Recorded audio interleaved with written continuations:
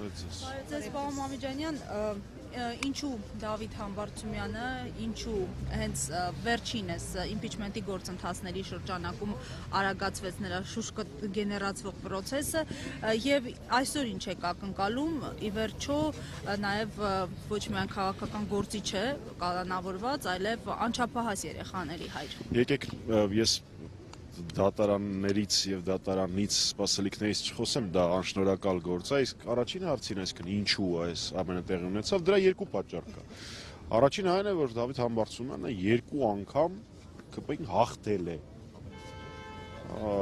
Եվ դա իրենք չեն ներում։ Հաղթել է եւ բացի հաղթելուց անկախ իր բոլոր հարազատների, ազգականների նկատմամբ ճնշումներից, հետապնդումներից, ապօրինություններից, անկախ այդ բոլորից ինքը պայքարել է ու հաղթել է ԿՊ-ին։ 1. Երկրորդ, հաղթելուց հետո մնացել է աներեր։ Շարունակել է պահպանել իր մոտեցումները, հանուն իր համայնքի, հանուն մեր երկրի, շենացրել է իր համայնքը, եղել է լավագույն համայնքապետերից մեկը ամբողջ Հայաստանում եւ շարունակել է խիստ հստակ ընդդիմադիր կեցվածք ունենալ։ Այս պատճառներին գումարվեց նաեւ այն փաստը, որ Դավիթ Համբարձումյանը ունեցավ այդ համարձակությունը, քաջ գիտակցելով թե ինչ է իրեն սպասում, համաձայնելու լինել պատիվ ունեմ խմբակցության իմպիչմենտի թեկնածուն, հետո նաեւ մյուս ընդդիմադիր խմբակցությունը միացավ այդ գործընթացին։ ԿՊ-ն վախենում է ուժեղ մարդկանցից։ Հետևաբար ԿՊ-ն վախենում է նաև Դավիթից։ Ակնկալիքներից չեմ խոսում, մենք խոսում ենք անչափահաս երեխաների ծնողի, հարգված համայնքապետի, հարգված մարդու, հարգված հայի մասին, որևէ կասկածներ ունենալ իր հետ կապված абսուրդային է, բայց կասես թե դատարանը իմ հետ նույն կարծիքին չի մինչ այսօր։ Մենք հստակեցում Համբարձումյանն իզոլացնելուց հետո տեսանք ինչ արագ ստացվեց Մասիսում եկեղեցու շուրջ մեկնարկած փաշինյանական օրակարգի այսպես հաջողությունը, այսպես կոչված հաջողությունը, որովհետև իրենք դա դիտարկում են հաջողություն, ամեն գնով փաստորեն առաջնորդը նախկին չի փորձում լքել այս իրեն հատկացված տարածքը։ Գիտեք, քանի դեռ կարգալույծ չեն արվել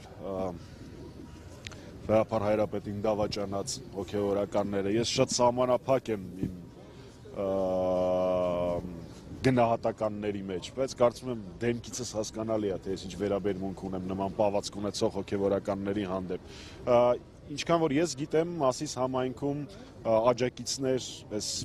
հրաշքներից որևէ մեկը չի ունեցել, հենց Մասիս համայնքի բնակիչների, այնպես որ պարոն Համբարձումյանի համախոհները, բնակիչները, որոնք իրեն ձայն են տվել մի քանի անգամ շարունակում են աներեր մնալ մեր Սուրբ Առաքելական եկեղեցու կողքին, իսկ ինչ վերաբերում է առհասարակ գործին, թե ինչ հափշտակությամբ հայոն ասեցիք ձևակերպվեց այս ամենը, Դավիթ Համբարձումյանի փաստաբանական խմբի անդամներից մեկը, Տիկին Պապոյանը, բազմաթիվ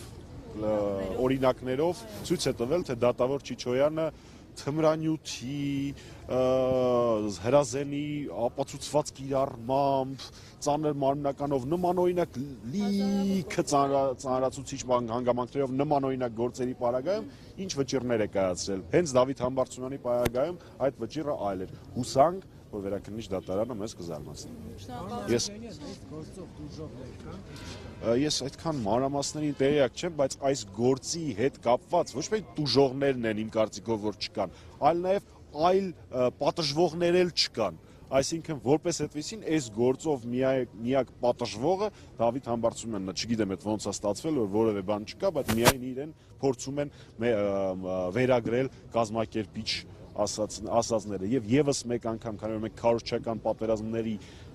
դարում ենք ապրում, այն բոլոր տեսանյութերը, որոնք հրապարակել են տարբեր ԿՊ-ական երեսփոխաններ, տարբեր քարոզիչներ ԿՊ-ական, դրանցից ոչ մեկը կապ չունի այն քրեական գործի հետ, որի համար ապօրինաբար հիմա անազատության մեջ են պահում պարոն Համբարձումյանին, ազատություն Դավիթին եւ մեր բոլոր քաղբանտարկյալներին։ Շնորհակալ եմ։